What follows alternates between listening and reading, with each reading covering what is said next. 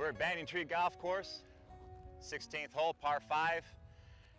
In one of the bunkers here, many bunkers that we have at the golf course. So as you can see, as I walked in from behind my ball. As I was walking in, I was surveying the lie, what kind of lie that I have here. I was also looking at the green. I look at the green to see how far of a shot that I have to execute this shot. First and foremost, we need to get this ball out. We need to get it out onto the green. Okay, we don't want to leave it in the bunker.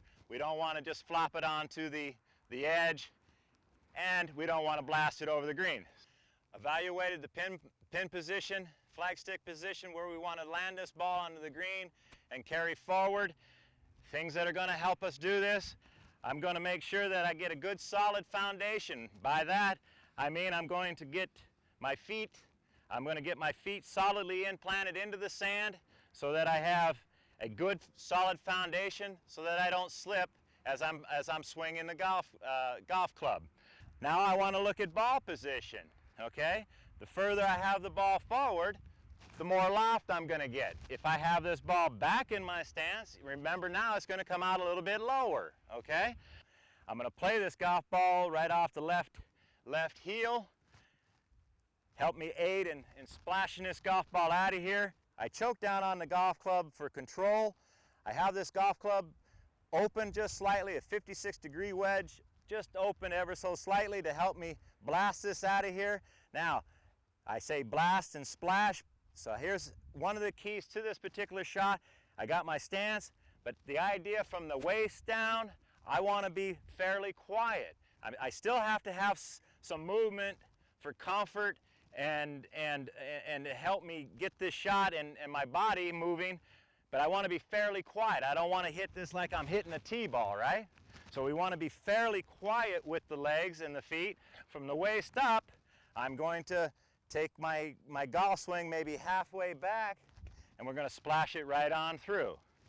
So a little good stance, ball position off the left heel, choke down on the golf club for control, open the blade up, quiet with the legs, splash this out of here.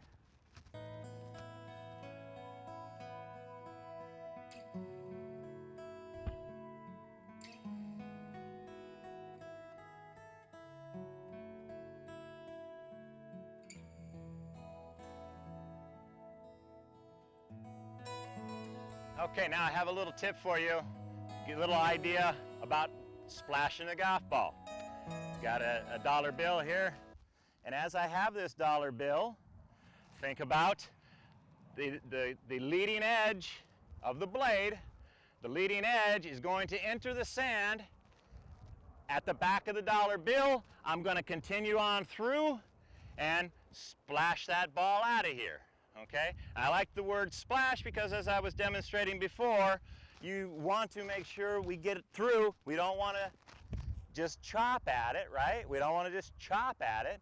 So we want to get that ball so that we're letting the club, we're going to let the club do the work. So I'm opening the blade, leading edge, and I'm going to splash that ball right on through. Now what's going to help you in this type of a shot is that as we go back, we want to continue right on through, and as we go through, we want to make sure that we leave the blade up and open, okay? What this is going to do is allow you to have nice little soft loft on the ball. As you practice, again, we talked about you can do things with the blade to learn how to spin it, if you will, but on your regular shots, on your fairway shots, what we really don't want to do is this type of thing. Once we get set up, I don't want to take it back, and I don't want to throw it through in this fashion. As you can see, I've closed the toe here. What we want to have is this, with the blade leading to our target, okay? So we have what we call an open blade rather than closing the blade. I don't want to close the blade.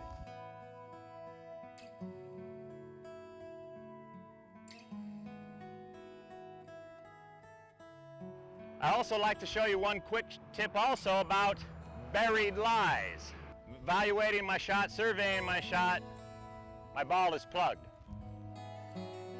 This is going to be a little bit different type of club action that we're going to be looking for in this type of shot, because again, once we're buried here, we really have minimal options. First option is the one, yes, again, going back to the splash, but this, we want to make sure that we get this ball, again, get it out, get it onto the green, secure that par, and move forward.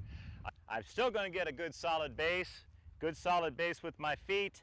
However, now I am going to change the ball position. I'm going to play it a little bit more in the middle of my stance. Now on this particular shot, I'm going to want the club face squared up. I want to use the club face and square it up. I'm going to get roll on this one. There's no doubt about it. This golf ball is going to come out what we call hot. We're going to get a lot of overspin on this. So on this particular shot, we're going to use the squared blade. If it's severely buried, I may even want to close it a hair. So we're going to square it up. I got a minimal buried lie here. Playing it middle stance. And now the idea with this one is I'm gonna go up a little bit more abruptly with my backswing. And now, yes, this time I'm gonna drop that club. I'm gonna let that club drop down and fall on the back of this golf ball.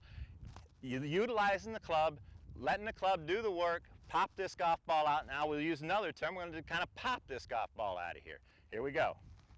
And pop it out of there and let it run on out.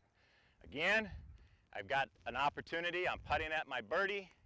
Got an opportunity to get away here with par. That's what we're looking at. We don't want to dump it in the bunker. We don't want to blade it out over the green, bring bogey or double bogey into the equation. It's nothing worse than killing a round of golf and then getting in here and making double or triple or worse because we're trying to get too cute with something that we've seen on TV. We're trying to spin this golf ball up next to the hole. Get it out of there. Save yourself a lot of added frustration. Enjoy the game. We'll see you here at Banyan Tree Golf Course. Thank you very much.